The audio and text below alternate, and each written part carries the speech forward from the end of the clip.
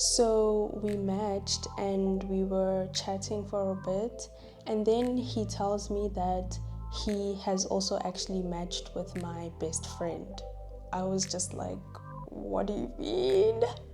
What? You've also matched with my best friend and you're talking to her?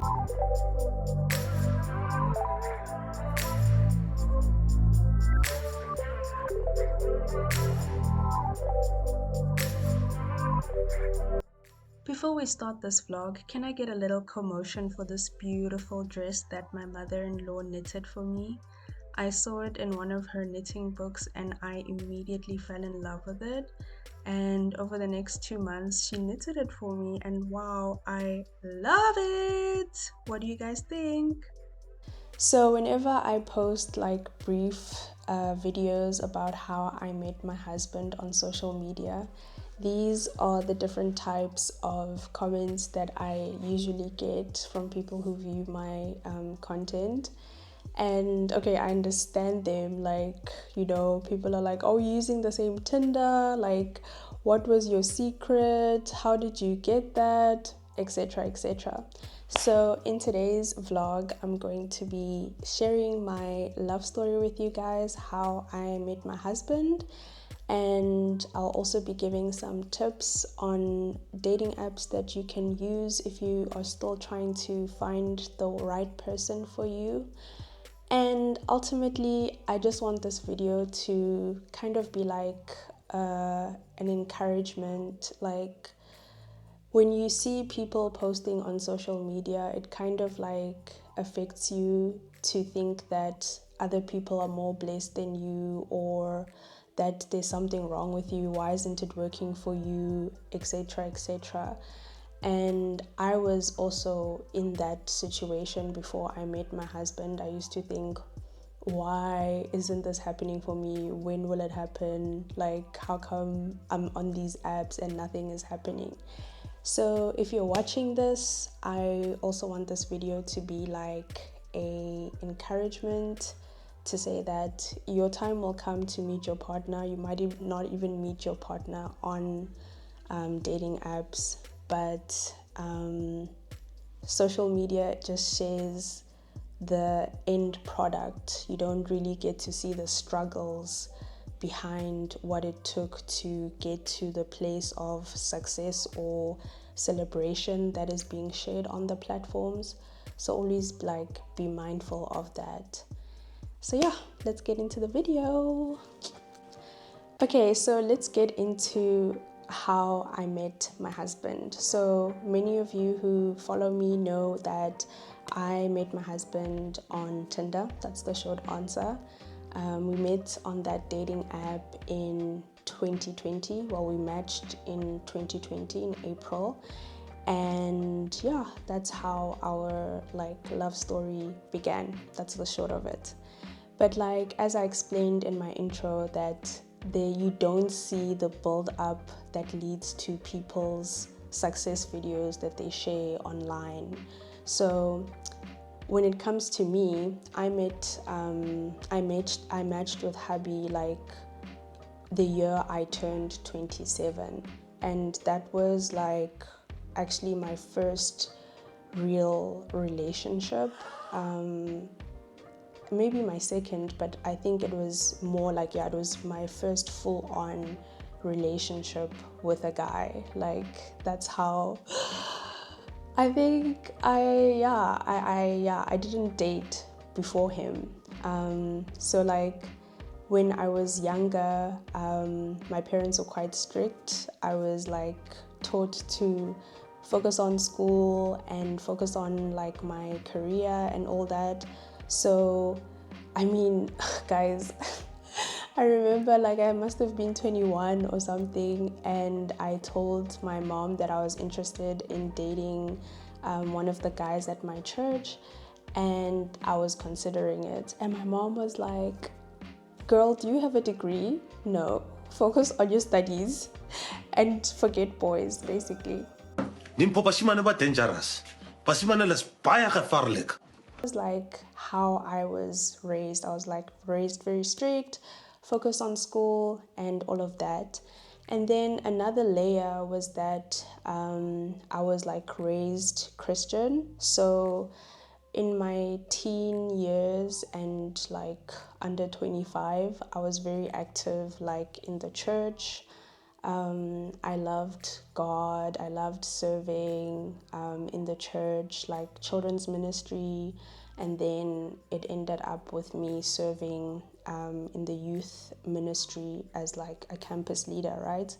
So in all those things, I would like pray about, finding the right husband, finding a godly husband. Guys, I even had like that book. What is it? How to Pray for Your Future Husband. Those praying for your future husband books. I was that girl. So yeah, I was just saying to myself, like, I don't have to rush dating. I can see the wisdom behind that, but I'm just gonna pray about it, and then whenever it happens, it will happen. But as you all know, there's just this, I don't know, we have like this timeline, this weird timeline that we give ourselves, like, oh, by the time I'm 25, I'm gonna be married, working, doing yada yada yada. And I feel like God is just looking at you like, it's really not part of my plans here. I need to settle into my house. I need to make a good impression at work. What? Your plans.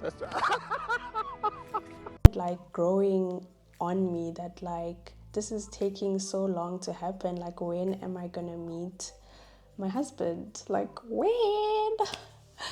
So when I was in university, like, yeah, probably around 2016 there, like I was doing my master's, I think. Yeah, I was doing my master's at that time. And so we had heard about Tinder. So my friends and I, we had heard about Tinder, and we decided to try like the app, because it was also that thing of like, like, you've heard all these bad things about Tinder because it has a reputation. Like, it had a reputation back then of being a hookup app or somewhere where you just meet people for, nothing, no strings attached, basically. And that wasn't really what I was looking for. But then I was also getting exposed to people who were actually meeting like their life partners through the apps. So I just told myself that, okay, I'm always at school studying. I'm not seeing anyone on campus for me, or I'm at church. And guys, we all know at church, there's like one guy for like 50 girls. So there's just, even in the church, there's always too many, like more women. The ratio of women in the church is higher than the guys in the church. So yeah, that wasn't gonna happen. And yeah, so I decided that, okay, I'm gonna give Tinder a chance, my friends and I, and my friend and I, my best friend actually, yeah. And you know who you are. So we were like, yeah, let's try this Tinder app stuff and see how it goes. So we set up our accounts and everything, and it was like so scary, like, like, yo, what if like my colleagues at the university see that I'm on this app, because obviously it's gonna show the people that are closest to you or in your vicinity, right? So yeah, I had that like fear, like, yo, what if my people that I know see me on this app? What are they gonna think of me? Like, have you ever struggled with that when you decided to like join a dating app? Because yeah, I really struggled with that. Like, basically abantu bazothini syndrome, and we are done with that now. But anyway, that was me in 2016, right? And then yeah, we set up our profiles, and so began 4 years of swiping, basically, from like 2016. And wow, it was just like a roller coaster of ups, of lots of downs, and like a few like peaks, but never amounting to anything basically. And I feel like my approach during that time when I first got onto the app, like I wrote a detailed bio, like I'm like this person, I like this, I like that, and obviously I'm looking for a godly person who's gonna date for marriage and whatever not. Like I put all that on my profiles, and I was also doing things like, before I match with someone, obviously you look at their pictures to see if you're attracted to them, but then I would also like try and infer from, like read their bios, like are they Christian, what kind of a person were they, like yeah, I was studying the profiles in detail before I actually allowed myself to swipe right. That's if they even bothered to put a detailed bio. So yeah, that was me for like the majority of my time on Tinder. And yeah, I went through the same cycles that, you deleted, then you come back on, and then you delete it, and then you come back on, you delete, come back on. I went through being ghosted, like you talk to someone for some time and then they just ghost you. I've experienced like, guys that just want you for a good time only.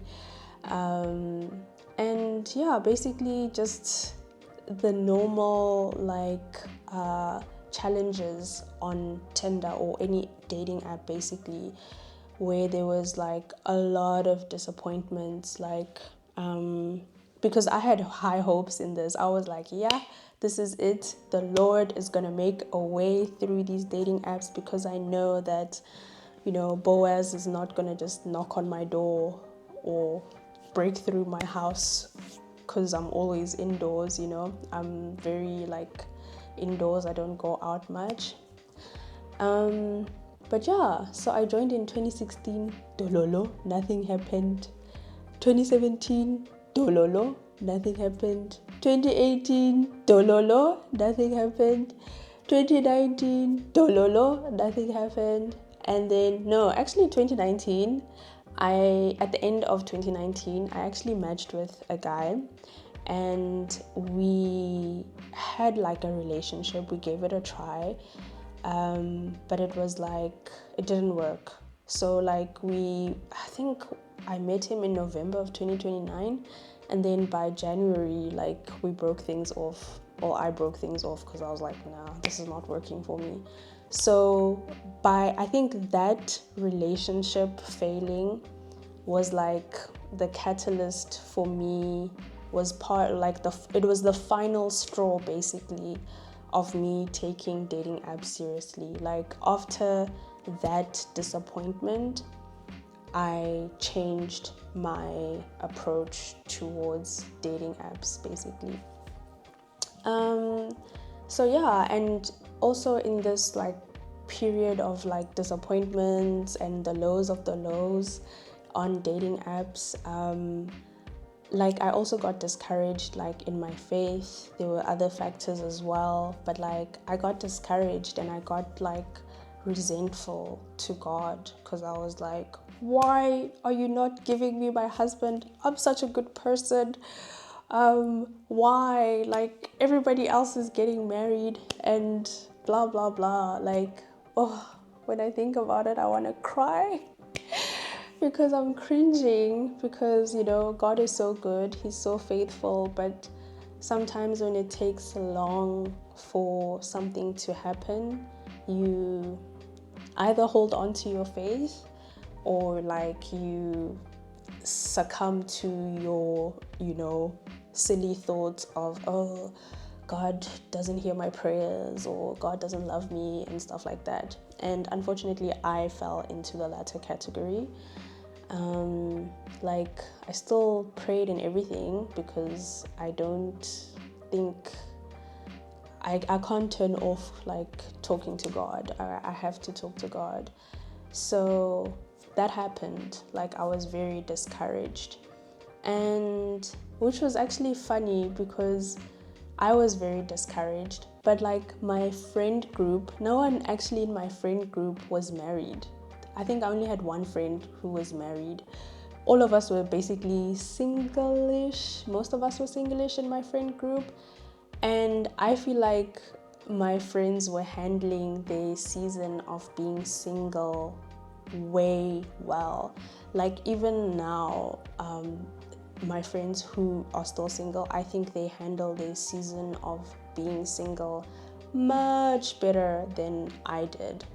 So, like, they're just living full lives, focusing on their careers, going out, doing things, not waiting to meet someone before you start living, not waiting for, just not waiting to do something. Like, I was that person that was like, oh, I want to go to this place, but I would love to do it with my husband. And it's just like, no, babe, you have to start living now. You have to go out and do the things that you want instead of waiting for someone that might not come, because it's also not guaranteed that that you're gonna meet someone. So I really admire people, single people, that from my perspective, they handled their season of singleness so well, so graciously. Like, it's like, wow, can I go back and I wish I could go back in time and just do a bit more with my time and just enjoying that time instead of like complaining and being sad about it. Like, don't get me wrong, I went out with my friends, I did things, but I think at the back of my mind there was always this voice like, when is it gonna happen? But that time I was surrounded by good friends, we had good times. So yeah, like, that's what happened to me anyway. This was like, yeah, my experience on Tinder. And then specifically like with interracial dating. Okay, yeah, let me speak on that, on interracial dating. Like, my experience with like interracial dating with South African men, particularly Caucasian men, is not really positive. It's like, maybe I feel like I was like getting guys in South Africa who either like fetishized like, black women, or they just kept you as a friend. Like, I'm not here to be your pen pal for the next 10 years, buddy. No. Like, and I would always wonder, like, why do they match with you, like, if they're not gonna make a move or take this seriously? And obviously it's not all, but this was just my experience. And then when I started using features like what is this, what do you call that thing that allows you to swipe in other countries? The passport, yeah.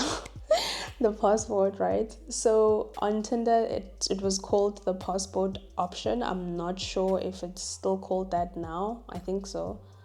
But yeah, basically they had this passport option that you could pay for, and it would allow you to swipe like in different parts of the world.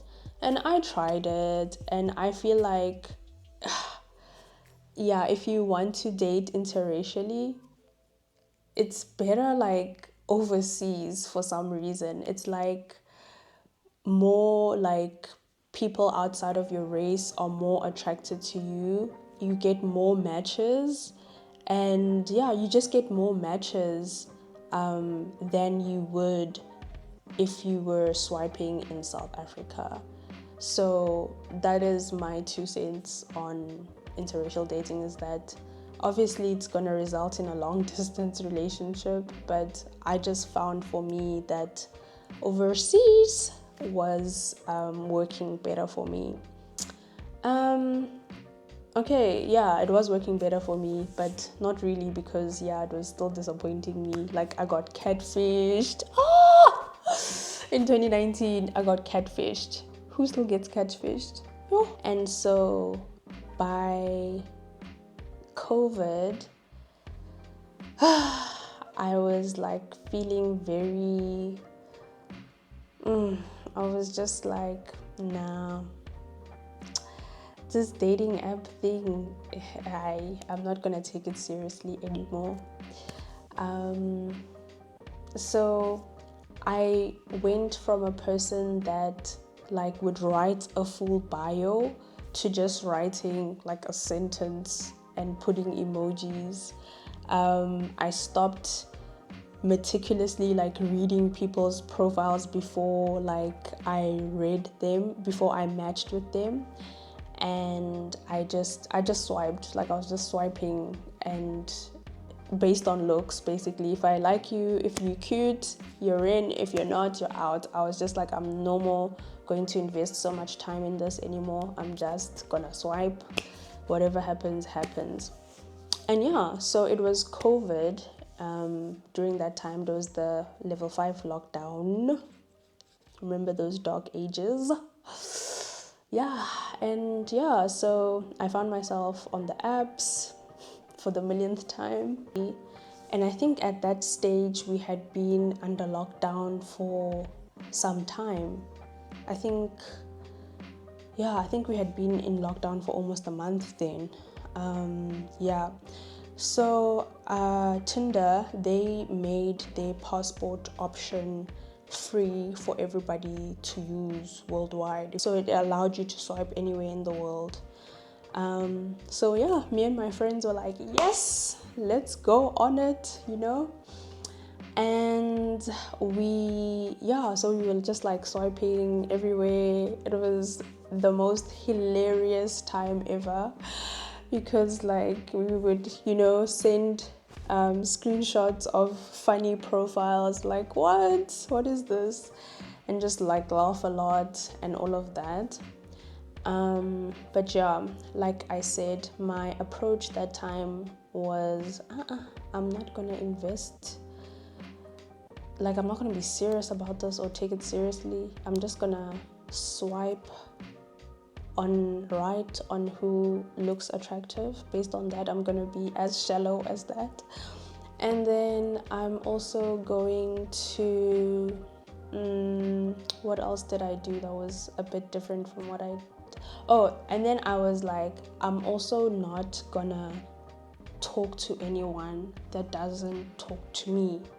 So if I match with a guy and he doesn't talk to me, I was like, I'm not gonna be the one to start, because that's not the type of person that I'm looking for anyway. So yeah, I just did that.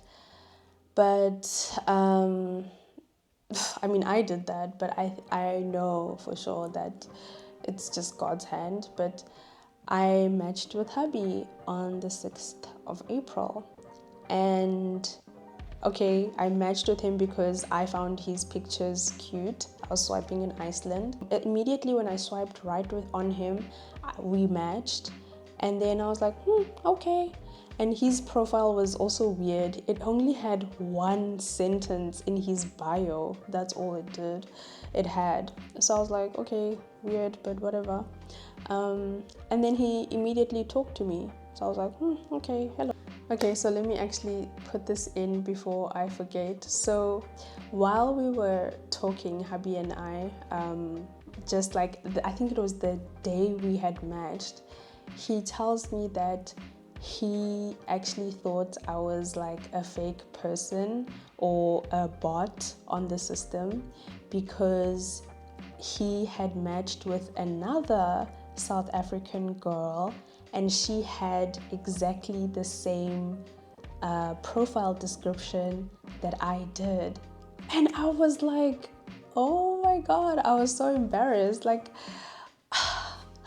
I had to explain to him that the person that I confirmed the name of my friend, obviously, and then I was like, oh, okay, well, we are real. It's just that, yeah, I think she asked to use my, my profile description because it was short and to the point on hers.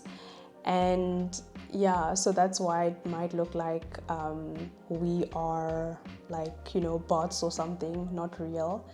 So yeah, that was kind of like a funny moment. And so he had been talking to her, and I was like, dun dun.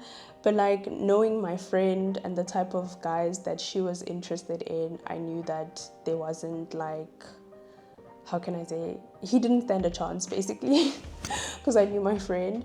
And also I talked to my friend, and I think, yeah, she was just like, yeah, he's friend zoned basically, and they weren't talking, so it was like okay for me to proceed. So yeah, that was a bit funny. And we started talking from that day, and he was very like, how can I say, he showed a lot of interest in getting to know me, and he was like initiating a whole lot of different conversations and asking questions, so I really liked that a lot. But at the same time, when I was talking to him, I was talking to multiple other guys as well. So I was like, I used to have this thing where like I would only talk to one guy at a time, so that I don't confuse myself and blah, blah, blah. But then I was like, no, I'm just going to talk to anybody and everybody, because I'm not committed to anyone, right? I'm dating, I'm seeing what's out there. So yeah, so I was talking to other guys as well, including him. And as the more we talked every day, we were like talking every day, the more I got disinterested in the other guys that I was talking to, because talking to him was just so natural. It was so fun. It was very comforting as well. Like, we talked all day, every day about everything, guys, like every tiny thing. Like, it was just really great. Yeah, so that's how he like won my heart over. But I must admit that like when we first matched, I did ask him like, what are you looking for? And he was like, well, I'm hoping to find someone, but I think between us it will just be a friendship because we live so far apart. And at that time when he said that, I was like, okay, whatever, I don't care. And that's why I kind of didn't want to take him seriously, because it's like he just wanted to be friends, and I did not want to be a pen pal. Okay, I didn't want to be a buddy. Okay, I wanted to be a wifey. So I was like, this guy, I'm not going to take him seriously. But like, he engaged me, and like we talked a lot. And it got to a point where like I like was catching feelings. I was catching feelings, and yeah, so I told him like, look, I feel like we spend so much time together and I'm catching feelings. And he was like, I was hoping you were gonna say that. And yeah, then we gave the relationship a go. Like, that's how it started basically. Nothing really crazy, but yeah, we just talked, and it led to us realizing that we had feelings for each other and that we wanted to give the whole long distance relationship a go. Yeah. So that's basically how I met my husband. So we talked online for like almost 2 years before like he finally came to South Africa. to see me, because there was no way I was gonna go see him, because I would say, what if they kidnap me, guys? So yeah, I was just like, no, if you are taking this seriously, you will come see me first. And he did that. And yeah, so he came to South Africa for the first time on December 30th in 2021. And yeah, since then it's been, back and forth, mostly him coming to South Africa.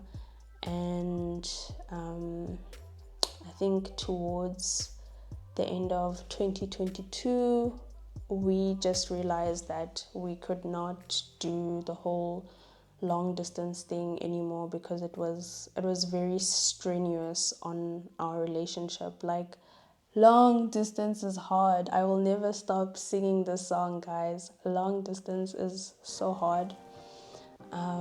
It takes it's just an emotional toll, it's a financial toll, yeah. So if you are not the type of person that can handle being away from your person for long, don't do it. Just keep it local, because yeah, you are definitely going to face a situation where you are just emotionally stressed, and also you will need to commit financially to traveling. And also there's the implication that one of you will have to move, so that you guys can be together ultimately.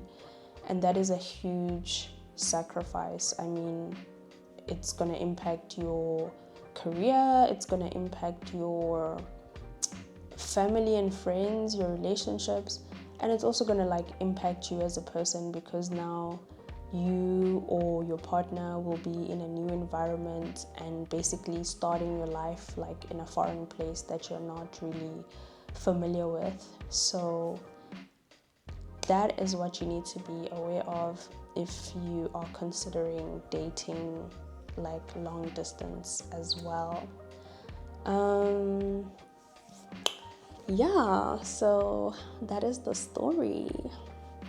Okay, so in terms of the dating apps that I used when I was still searching, I used Tinder primarily. And I used Tinder because, yeah, I mean, it's got a bad reputation, but also because in South Africa anyway, at the time, it had the biggest database of people. So there's a lot of people on there, and yeah, so you have a higher chance of meeting someone compared to the other apps at the time. I think right now things have changed. So actually, better yet, if you are on the recently on dating apps, please share in the comment section, for example, what dating apps you're using or which dating app worked for you. I'd love to see which dating apps worked for you. But anyway, so for me, if you want to date on online dating, obviously I would still recommend Tinder, despite the bad reputation. And obviously on any dating app, you just have to be cautious, very cautious. They ask you for money, run. They tell you about some business plan or some investment scheme, run away. Such things, just be cautious out there, because people are really getting love scammed out there, and it's just terrible to see. So always have your guard up, do your due diligence. Hopefully you have friends that are good at finding out people's information and stuff like that, because yeah, you don't want to get entangled with a dubious character. So yeah, then obviously there's apps like Bumble. I don't like Bumble. I don't like Bumble for the mere fact that it expects you as the woman to initiate the conversation. What? No. If you're not like shy like me and you're outgoing and you're happy to do that, go ahead. Use Bumble. But for me, I don't like that. I didn't like that I had to like initiate conversations. No, it didn't. It just didn't work for me. So, but I also felt like Tinder had the bad reputation for being basically a hookup app, and then it was like somehow Bumble was sanitized, like, oh, this is where the professional men are, this is where the serious men are. I don't know if that's still the case, but yeah, back then it was like seen like that. So, and I think Bumble is a bit more expensive in terms of their packages as well. That's also another thing, but that's also another app you can try is Bumble. I honestly used it so little, and nothing actually ever came out of me being on Bumble. Like I never went on a date or anything, like nothing basically. So there's Bumble, there was Hinge. I also like used Hinge for a short amount of time because back then Hinge had a very low database. There wasn't like a lot of people on there. It's like, yeah, it was very boring. Like it was like a dead app basically. But I also think it has gained momentum since then. So maybe that's also another app to try. Then there is like for interracial dating, there's like OkCupid. Apparently it's like full of many bots and like fake profiles, so you have to be careful on OkCupid. So I would definitely recommend that you try those apps and proceed with caution because you know we live in crazy times. We don't want anyone getting swindled out here. And then like with recently I've seen like with my friends, some of them are attending these organized events. So it's like there's these companies basically, or even companies that are organizing speed dating events, like speed dating events, or speed dating, or like just games nights, or like hiking activities, with the intention of like mingling with other people so that you can make new friends, potentially meet your person. So I would also definitely recommend if you can join like some sort of social club or check on social media like what social clubs you can join that are doing this speed dating events. One of them even does holidays, like a group of singles will go away to like some lodge or resort in Cape Town or even Thailand. The one company did that. So you can look for those kind of events in your neighborhood, go hiking, join a hiking club, join a running club. Those are the places to meet people. But yeah, so basically you never know where love will find you.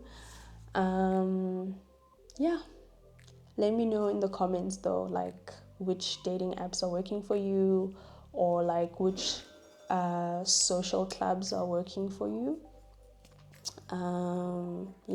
Because that can also be a way to meet new people. Yeah. So thank you guys for sticking through this long video of me just yapping away.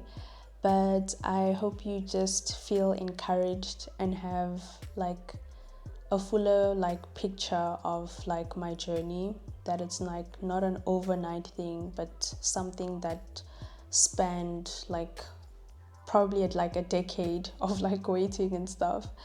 So I mean, yeah, with hubby, like, he was on Tinder for 6 years before he met me. I was on there for 4 years. So, yeah, that's like a combined 10 years of waiting. But I just say this to encourage you that don't give up, don't lose hope. It's very cliche, obviously, but I believe that God is faithful. He hears your prayers, He sees your heart, He sees your longing, and just focus on Him. Like cliche as it sounds, guys, focus on enjoying the life He has given you now. Yeah, and it will happen at the right time, at the right place, the right person. So yeah, thank you guys for watching this video. Please like it and share your comments about your dating experiences online, and also subscribe to the channel. Thank you so much for watching, guys. Bye.